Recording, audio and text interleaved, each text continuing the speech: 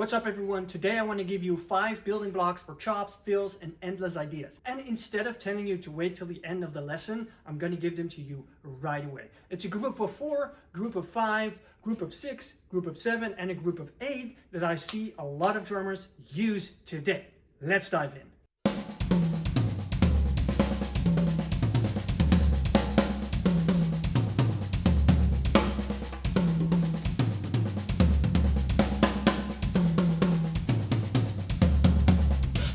Okay, so that's the 5 building blocks that I see everyone use. You can stop the lesson right now and go practice right away, but I'm gonna give you some tools of how you can practice them, what you can do with them, and how other drummers are using them that I see a lot today.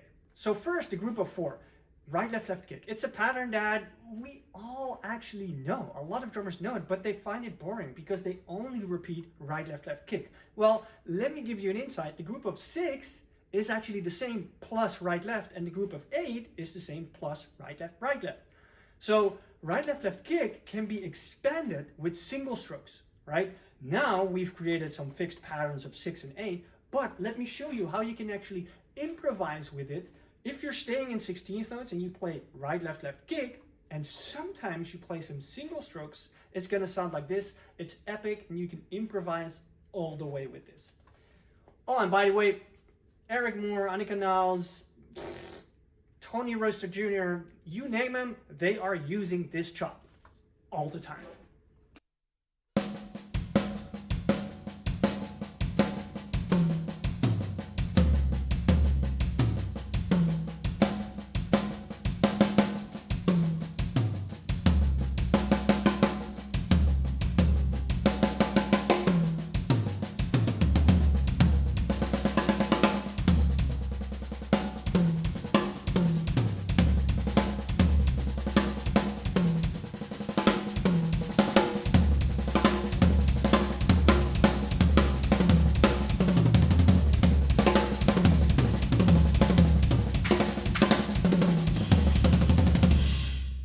So that's just the group of 4, and it actually includes the group of 6 and the group of 8 because it's the same pattern plus right left. That's it. And then the group of 5, which is basically a 5-stroke roll, right left kick, instead of right left right, and then repeating it from the other side. So what I'm doing is I substituted the single stroke in the 5-stroke roll. So right left kick. I see drummers use this all the time. I do it as well. It's just a nice pattern that just rolls really nice, right? So the pattern is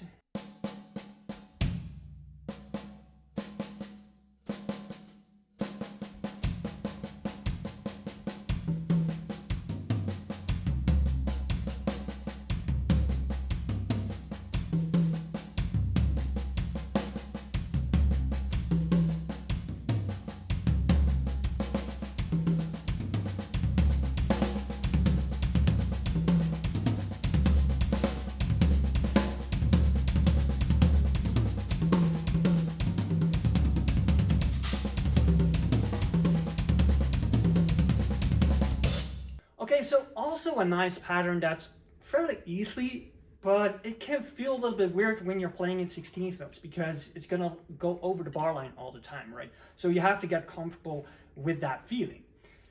Now, one thing that I like to do is expand every pattern that I play with single strokes. So this pattern you can also extend with single strokes. So what if we play some single strokes in between the 5-stroke or the 5-note pattern that we play sometimes?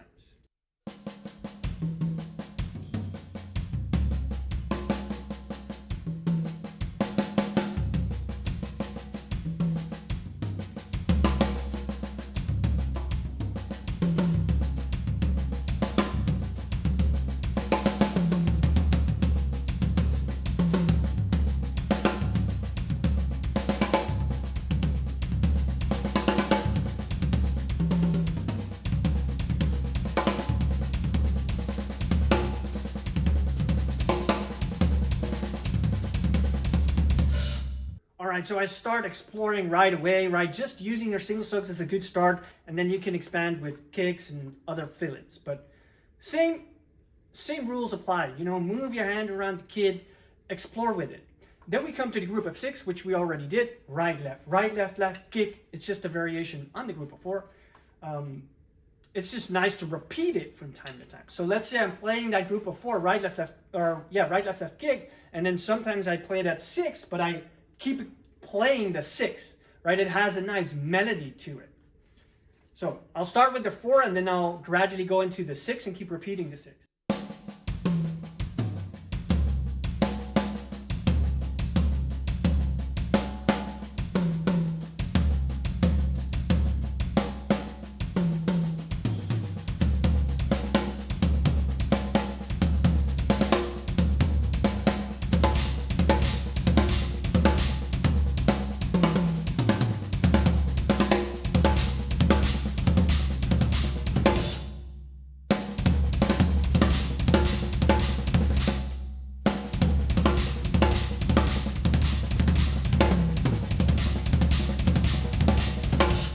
All right, so I just came across this little idea where what I like to do, I just realized that something that I do often is when I play the 6, right, left, right, the next right, I'm playing it with my kick on a stack.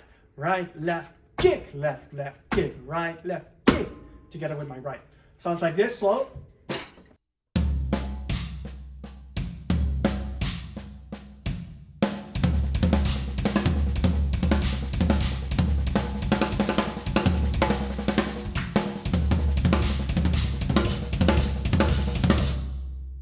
All right, so this 6 is something I will get into soon as well, because this 6 can be played in so many different ways. You know, you can do so many cool things with it. Just hit it in the comments if you want to see one big lesson about this group of 6, because it's endless and it's epic.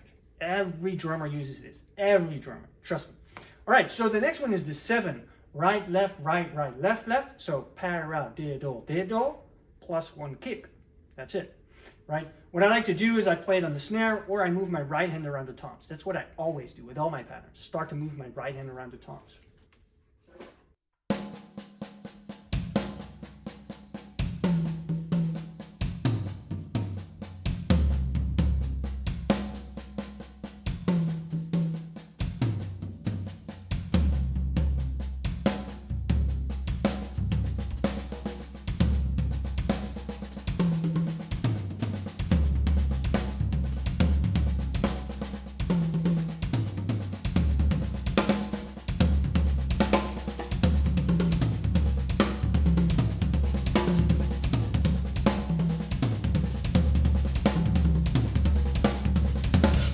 Alright, so same story applies here. You could throw in some single strokes. You could just repeat the pattern. This one is very tricky to learn in the beginning. It's a long phrase, right? It's a group of 7, so it's a long thing to practice. So take your time learning this pattern.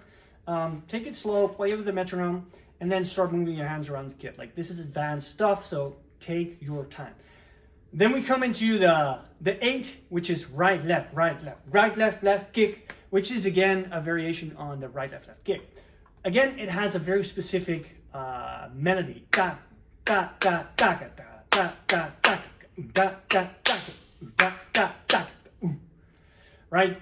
Which is sometimes nice to use. And what is the big thing about this? It helps you, for example, if you want to hit, like, if you have hits in music and you want to hit those, but you want to keep playing and, you know, fill it in. These patterns really help with that, especially the right, left kick and its variations. But let me give you an idea of how I practice this and how I get comfortable using them all. What I do is I create this practice chain, which is something I learned from Justin Scott. If you don't know him, check him out. Great dude, great teacher. Practice chains are basically connecting any idea that you have and, you know, play it as a whole repetition thing. So I'm going to play the 4, 5, 6, 7, 8, and then repeat that. Let me see if I can, you know, keep repeating that. In 16th notes, by the way.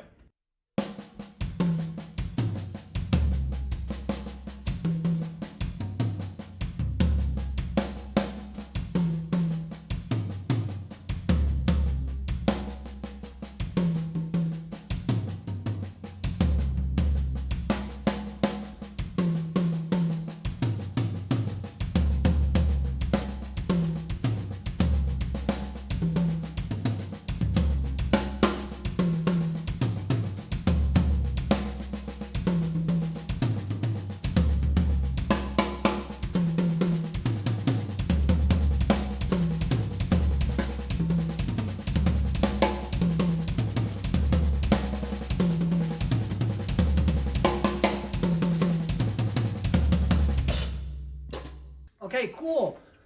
All right, so now you have 5 chop fill building blocks that you can use for endless ideas, for solos, for fills, for chops. They're amazing. You know, throw them around the kit. Let me know in the comments which is your favorite, and if you want to see a deep dive in all these patterns and have one big session about them, how you can apply them more around the kit.